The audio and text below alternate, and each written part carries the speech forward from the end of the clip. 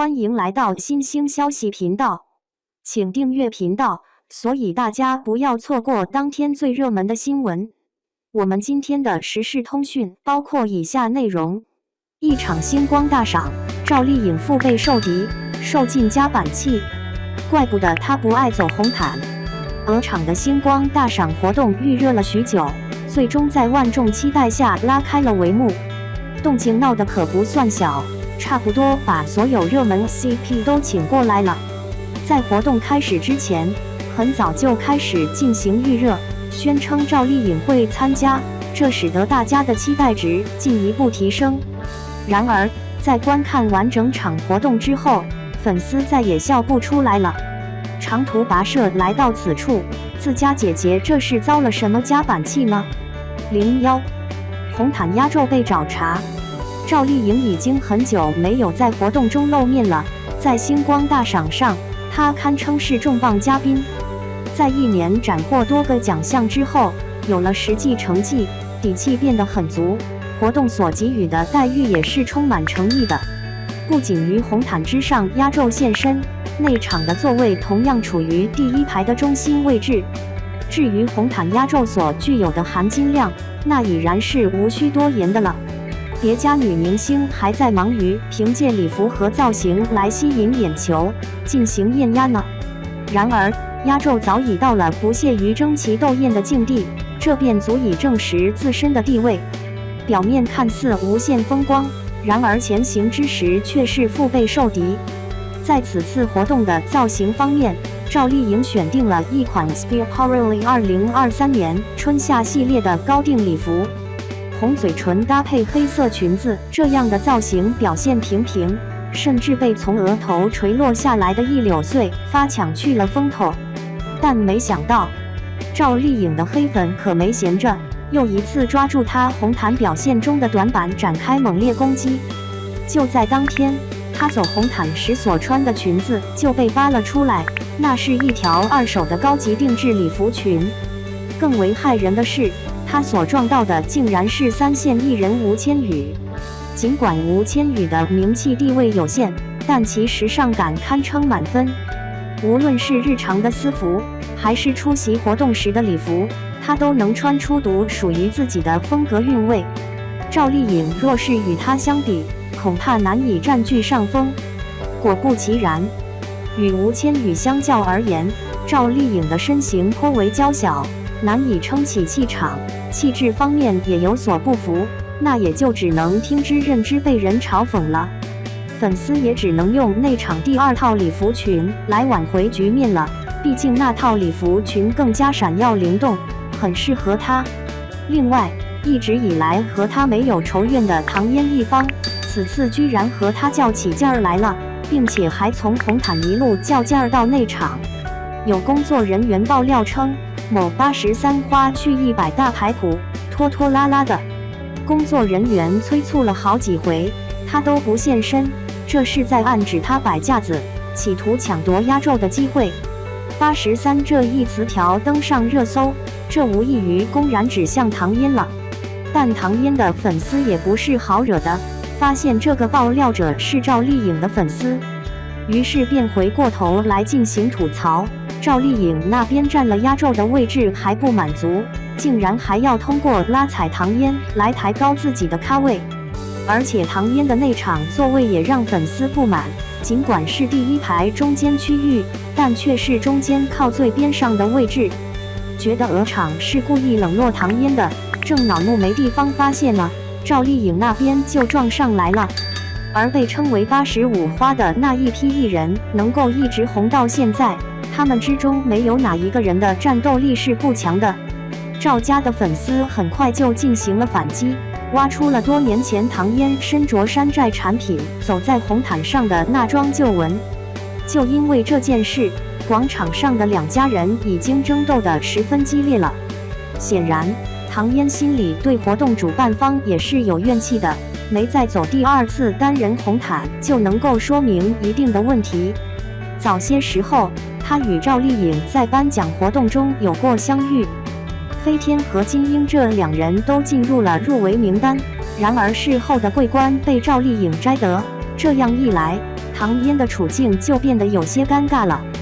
繁花带来的红利也即将消耗殆尽了，根本算不上是处于头部地位的85花，仅仅是保持着较好的状态。然而，若真要凭借实际成绩去与赵丽颖正面较量的话，依旧是任务艰巨且道路漫长啊。02内场活动躲前夫。活动正式开始后进入场内，赵丽颖同样未能省心。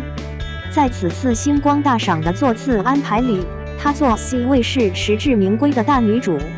座位位于场内中间的位置不说，还处在第一排的正中间，其左右两边分别是张若昀、张颂文，这二人皆为凭借热播作品实现咖位提升的男演员。起初，大家都是有真本事的人，互相分享作品，切磋演技是大家都很乐意看到的事情。然而，这个场所依旧陷入尴尬的境地。张颂文近期深陷负面舆论的漩涡，每日都有各类黑料被曝光，他及其工作室正以沉默来应对这场风波。到底是被冤枉的，还是真的塌房了？现在都还不能下最终的定论。此时此刻，很明显赵丽颖并不想跟他有太多的交流，即便两人的座位紧挨着，他们的目光也很少有交集的时候。然而，更为令人难堪的情形还在后面呢。此次，赵丽颖的前夫冯绍峰，那个被认为不争气的人，也出席了星光大赏。二人当初分开时颇为体面，离婚之后也在尽力规避一同出席的活动，但总有活动能被碰上，这是避免不了的。所幸冯绍峰的座位与他相距甚远，尽管同样处于第一排，可中间隔了好几个过道，完全不存在碰面的可能性。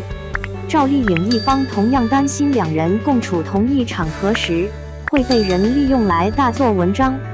于是冯绍峰上台领奖之际，他提前离开了场地，躲开了导播搞事情切换镜头的举动。要晓得星光导播总是惹麻烦，以前就有过黄晓明这边刚结束，导播就把画面切换到 baby 脸上这种情况发生。而就在这一年，当李兰迪发表讲话的时候，一个大大的运镜径直朝着张新成的脸对了过去，圈子里的人都忍不住发笑。赵丽颖的避让颇具先见之明，然而她终究未能避开来自观众的那番言语。在冯绍峰发言之际，观众席中居然有人大声呼喊赵丽颖这个名字。在台上的冯绍峰听到那番话以后，同样显露出了些许的尴尬。而随后林更新登台领奖的时候，台下的观众再次做出了同样的举动。他与童瑶一同登上领奖台，童瑶仿照林更新于剧中吃醋时的台词对他发问：“我想问问更新，澳门那边都有谁在呀？”台下的观众齐声高呼：“赵丽颖！”台上的林更新能让人明显看到他汗流浃背了。与前夫相比，赵女士显然更偏爱自己的荧幕搭档。之后，二人在台上同框的时候，凑在一起悄悄说话的次数可不少，怪不得台下的观众要进行拉郎配呢。林更新一会儿帮她提着裙子，一会儿把她逗得开怀大笑，也不清楚冯绍峰有着怎样的想法。